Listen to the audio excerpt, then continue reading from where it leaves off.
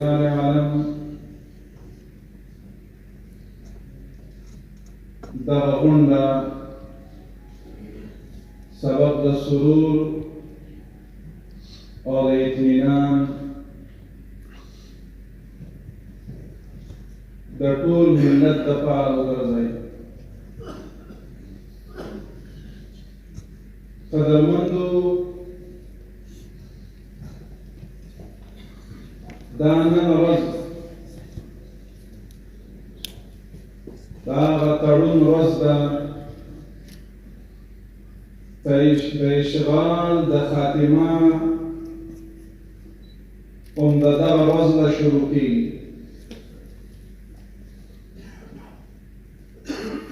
هغه ملت، هغه قوم چې ماضي تاریخ باندې نظر واچوو، الله کامیابي ته رسولی، چې کوم قوم او ملت کې څلور اسباب او اوصاف وي. اساسي او عمده سبب ایمان، او دویم وحدت، دریم اخلاص، او څلورم استقامت.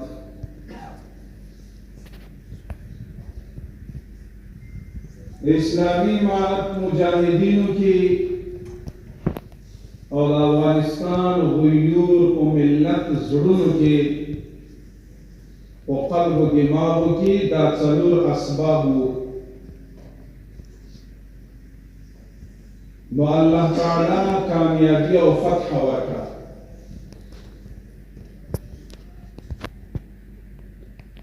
یو وخت داسې وو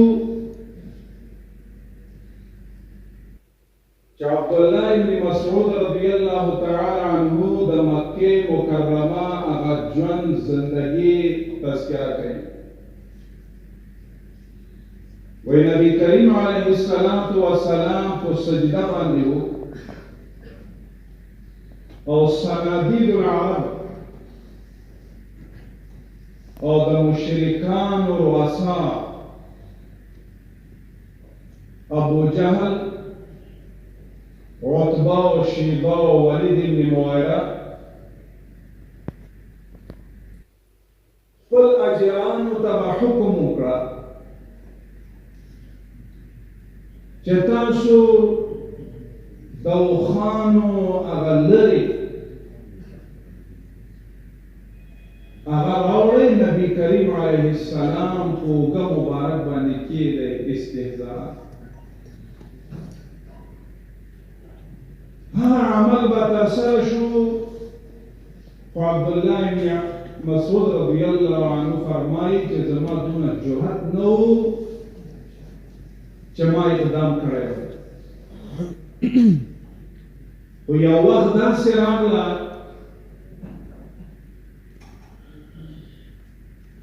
چې په بدر کې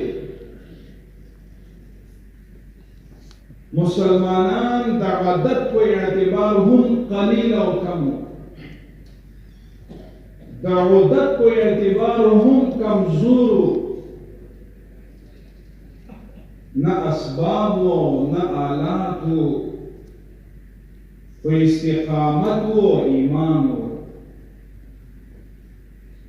هغه ابو جهل د مرګ په کشمکش کې ده. هغه عبدالله بن مسعود رضی الله تعالی عنه د ابو جهل په سینه باندې کینی او د ابو جهل کومه توره و په هغه توره باندې د ابو جهل سر وڅنډ. تلك الأيام نداولها بين الناس.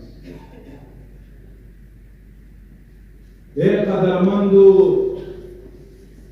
دا د الله فضل او کرم وګڼو.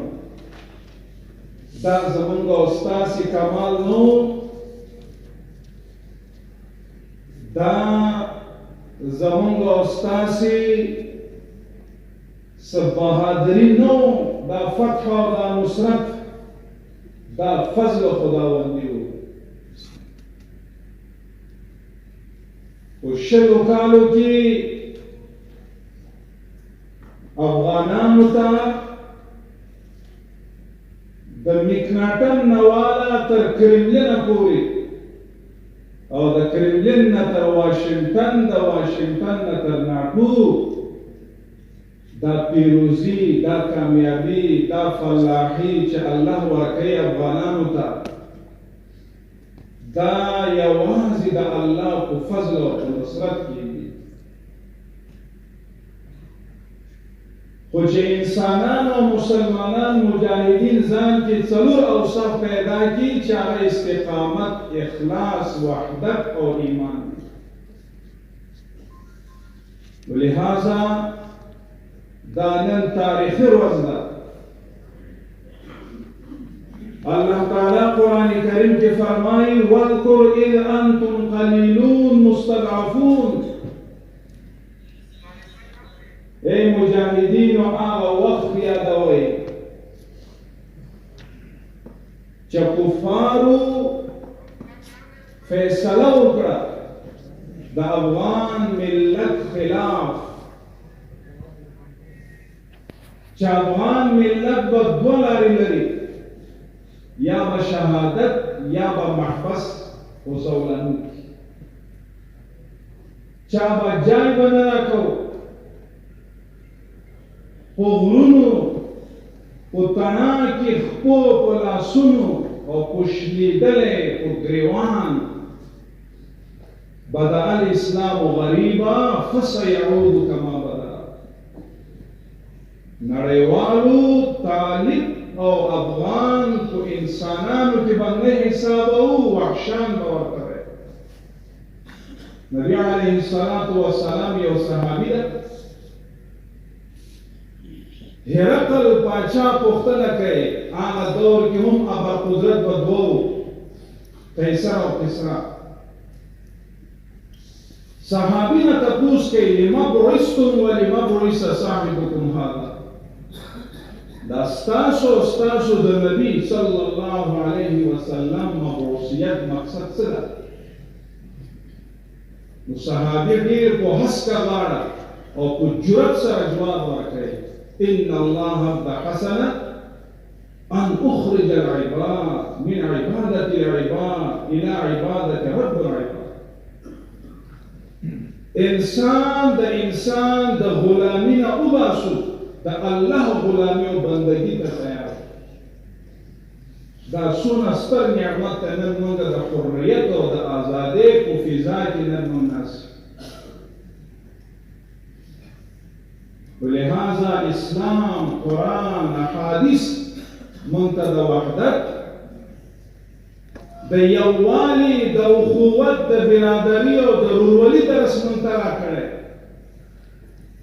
و اسلامی امارت ژمن ده په وحدت او په یووالي نه په قومیت او په عصبیت تیر شوی اداره او نظام په قومیت باندې ویشلی شوی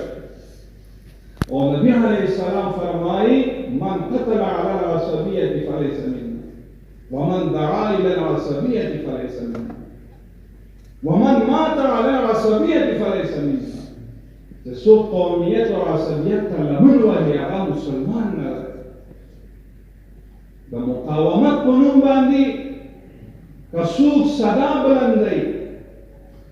او د قومیت نعره وهي او تکبیر کوي